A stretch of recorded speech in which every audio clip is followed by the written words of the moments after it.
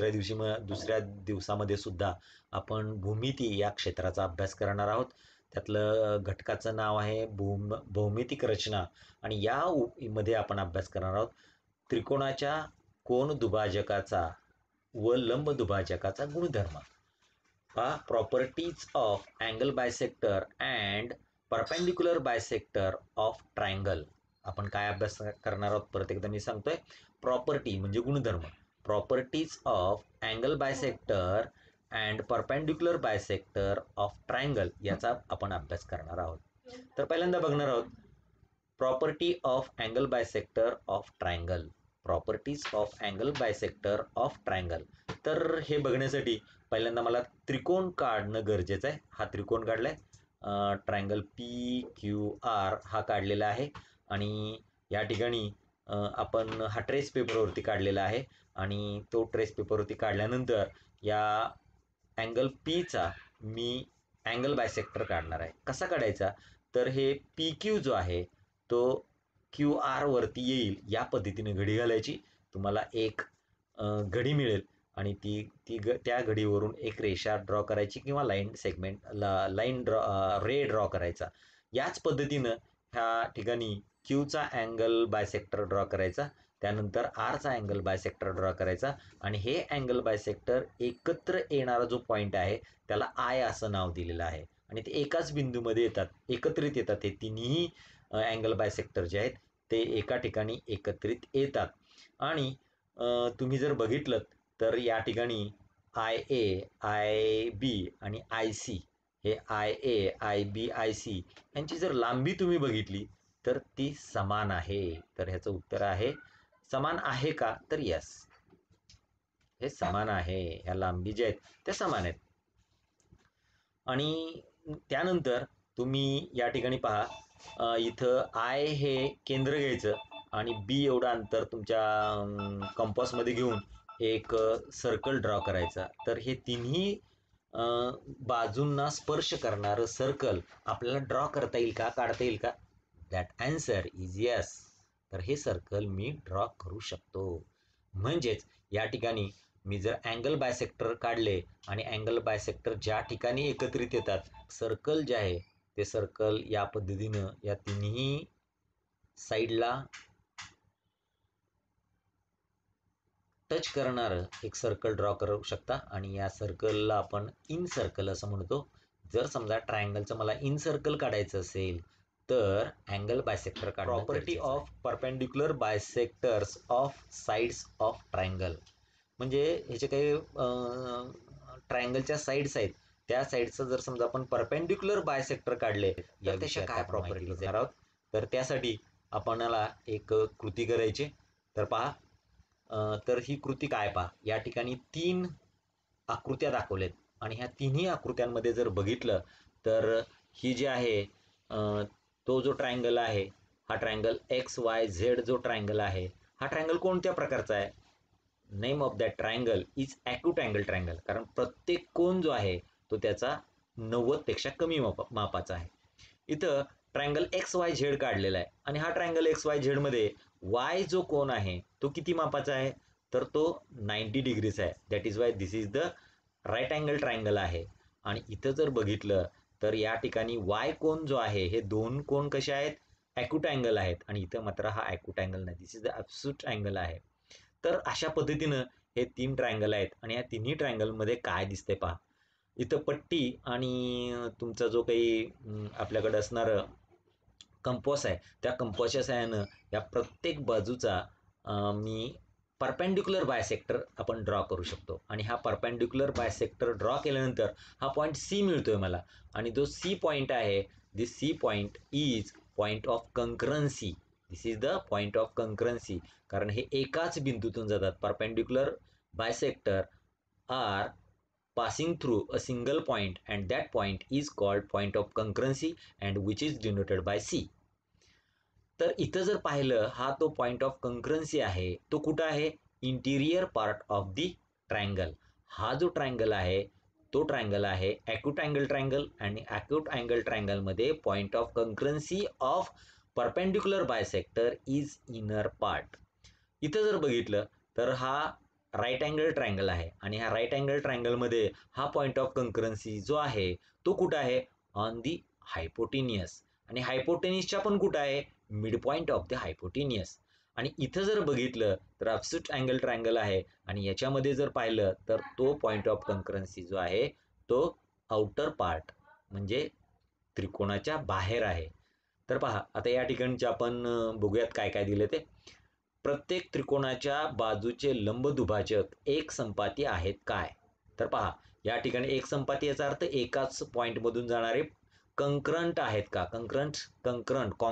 Congruent नाही, कंक्रंट म्हणजे एक संपाती.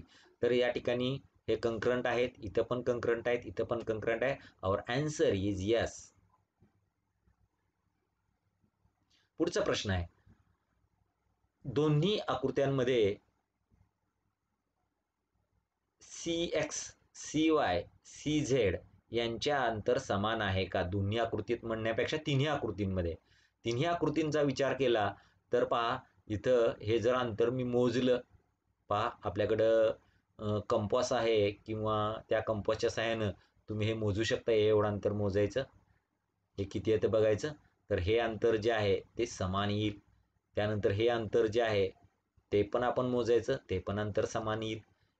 हे अंतर पहा, इथून हे अंतर, इथून हे अंतर आणि इथून हे अंतर, हे सगळी अंतर जर मोजली, this is equal to this one, this is equal to this one, and this distance is equal to this one and these are the equal. तर हे जे काय आहे ते इक्वल आहेत आणि म्हणून आपल्याला या ठिकाणी काय म्हणता येईल पहा, दिस इज द यस, हे समान आहेत. पुढचा प्रश्न आहे, बिंदू सी केंद्र मानून CX एवढ्या लांबीच्या त्रिज्येचे वर्तुळ काढल्यास ते त्रिकोणाच्या तिन्ही शिरोबिंदूतून जाते काय? If we take the center as a C and taking the radius is CX and draw the circle, this circle is passing through the vertex of the triangle. Answer of that question is yes. आणि अशा प्रकारचं जे काही वर्तुळ आहे त्या वर्तुळाला काय म्हणायचं पहा, दिस इज द सर्कम सर्कल. आणि सर्कम सर्कल जर मला circum circle is passing through the vertex of the triangle and in circle is touches the sides of the triangle. ह्या दोन गोष्टी व्यवस्थितपणे लक्षात ठेवा. त्रिकोणाच्या तिन्ही शिरोबिंदूतून वर्तुळ जातो तेव्हा त्या वर्तुळाला परिवर्तुळ, that is the circumcircle, त्याला परिवर्तुळ असं म्हणतात. त्याच्या केंद्राला, त्याचं जो केंद्र आहे त्याला आपण सर्कम सेंटर असं म्हणणार आहोत. ह्याचं जे केंद्र आहे त्याला सर्कम सेंटर म्हणायचं. आता या ठिकाणी C परिकेंद्र म्हणू शकतो का? तर ह्याचं उत्तर आहे होय. यानंतर पुढे आपण बघणार आहोत, a line which is perpendicular to line segment and divide it in two equal part, that line is called perpendicular bisector of that line. तर पहा हे पहिलं वाक्य जे आहे ते थोडंसं चुकीचं आहे, हे तुम्ही विचारात घेऊ नका. दुसरं जे आहे ते पहा, ही दुसरी डेफिनेशन आहे परपेंडिक्युलर बायसेक्टरची. A line which is perpendicular म्हणजे रेषा कशी असायला पाहिजे? परपेंडिक्युलर असायला पाहिजे. Perpendicular to the line segment, line सेगमेंटला ती परपेंडिक्युलर असायला पाहिजे. And divide it in two equal part, आणि ह्या लाईन सेगमेंटचे दोन समान भाग करत असेल, then that line is called perpendicular bisector of that line segment. पुढे पहा, the angle bisector of an angle are concurrent. angle bisector of angle are concurrent म्हणजे angle bisector जे असतात ट्रायंगलचे ते एकाच बिंदूतून जातात. that point of concurrency is called in center. that point of concurrency is called in center. म्हणजे तुम्ही जर समजा या पद्धतीनं हा ट्रायंगल ड्रॉ केला आणि ह्या ट्रायंगलमध्ये असणारे जे अँगल आहेत त्या अँगलचे बायसेक्टर काढलेत, ह्या अँगलचे बायसेक्टर काढले, तर त्यामुळं या ठिकाणी हे जे बायसेक्टर जे आहेत ते एकाच बिंदूतून जातात. आणि हा जो सर्कल आहे, हा जो सेंटर आहे, this centre is called incentre. आणि याला इथून मी हे अंतर घेतलं तर इथून मला एक सर्कल जे आहे ते ड्रॉ करता येईल. ते सर्कल या त्रिकोणाच्या तिन्ही बाजूंना स्पर्श करेल किंवा टच करेल. आणि हे जे काही सर्कल आहे त्या सर्कलला इन सर्कल असं म्हणतात. आणि त्याचं जे सेंटर आहे त्या सेंटरला इन सेंटर असं म्हणतात. The centre is called in centre.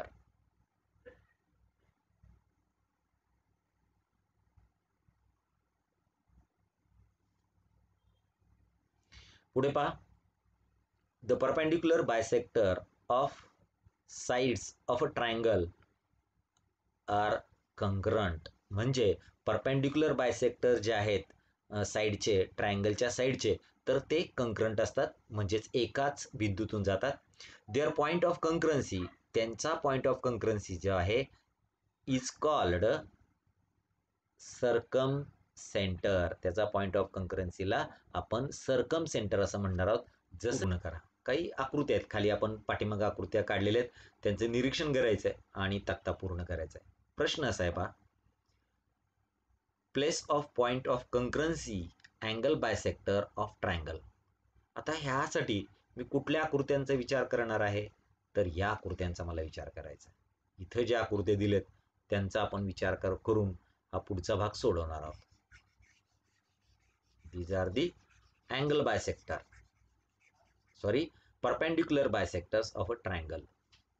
पहा, ही जर आकृती बघितलं तर पहिला आपला जो टेबल आहे त्या टेबलच्या पहिल्यासाठी आहे. ही आकृती टेबलमध्ये असणारा दुसरा रोसाठी आहे आणि तिसऱ्या रोसाठी आहे. पहा, असं आहे. पहिला आहे लघुकोन त्रिकोण, म्हणजेच काय, acute angle triangle. Acute angle ट्रायंगलमध्ये place of concurrency of a angle bisector of a triangle. Angle bisector of a triangle. Angle bisector of a triangle, त्याचा पॉईंट ऑफ कंकरन्सी मला शोधायचा आहे.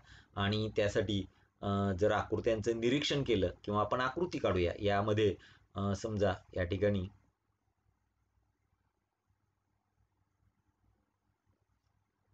परत यामध्ये एक इंग्रजीच्या ह्याच्यामध्ये चूक झालेली आहे. Not a angle bisector. This is not an angle bisector. This is the perpendicular bisector. Perpendicular bisector of a triangle. आणि perpendicular bisector of a triangle यासाठी मगाच्या आकृत्या बघितल्यात. पहिली आकृती पहा, लघुकोन त्रिकोण, ॲक्यूट अँगल ट्रायंगल. इथं ॲक्यूट अँगल ट्रायंगल आहे, हा ॲक्यूट अँगल ट्रायंगल आहे. आणि हे त्याचे काय आहेत, परपेंडिक्युलर बायसेक्टर आहेत साईडचे. तर तो हा सी पॉईंट जो आहे तो कुठं आहे, concurrency, point of concurrency. Point of concurrency is interior part of the circle. तर ह्याचं पहिल्याचं उत्तर काय येईल, interior part of a triangle. पुढचा आहे काटकोन त्रिकोण, राईट अँगल ट्रायंगल. हा राईट अँगल ट्रायंगलचा जर विचार केला तर इथं हा राईट अँगल ट्रायंगल आहे आणि हा पॉईंट ऑफ कंकरन्सी जो आहे तो कुठं आहे, this is on the hypotenuse, midpoint of the hypotenuse. त्यानंतर पहा विशालकोन त्रिकोण, ॲब्सिस्ट अँगल ट्रायंगल.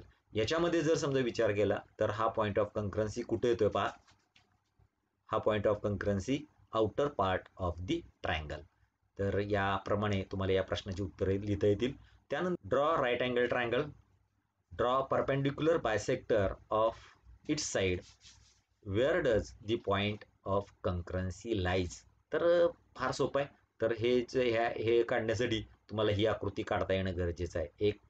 एक राईट अँगल ट्रायंगल काढायचं आहे आणि त्याचे परपेंडिक्युलर बायसेक्टर काढायचे आहेत. तर ते परपेंडिक्युलर बायसेक्टर एकमेकाला हायपोटेनियस वरती मिळतात, हे तुमच्या लक्षात येईल. ती आकृती तिथली काढायची. मी रफ डायग्राम या ठिकाणी तुम्हाला काढून दाखवतो.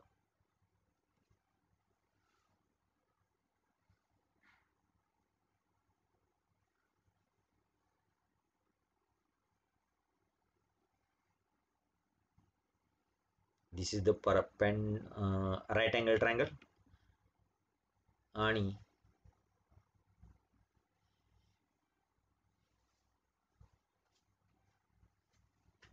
याचा हा परपेंडिक्युलर बायसेक्टर आहे. Suppose here is the triangle A B C. Triangle A B C मध्ये हा बी जो आहे तो 90 डिग्रीचा आहे आणि हा याचा परपेंडिक्युलर बायसेक्टर काढलेला आहे. This is the perpendicular bisector. त्यानंतर इथून हा परपेंडिक्युलर बायसेक्टर ड्रॉ करायचा. तर तुम्हाला कसा ड्रॉ करायचा हे माहीत आहे आणि ह्या ACचा परपेंडिक्युलर बायसेक्टर ड्रॉ करायचा हे पण तुम्हाला कसा, इथं जर थोडीशी आकृती चुकले तर हा जो आहे this is the point of कंकरन्सी आणि तो कुठे तर हायपोटेनिसवरती येईल. तर या पद्धतीनं सर्व विद्यार्थ्यांनी आकृती काढायची. ही मी रफ आकृती काढली, तुम्ही व्यवस्थित आकृत्या काढायच्या आहेत. Thank you for watching this video.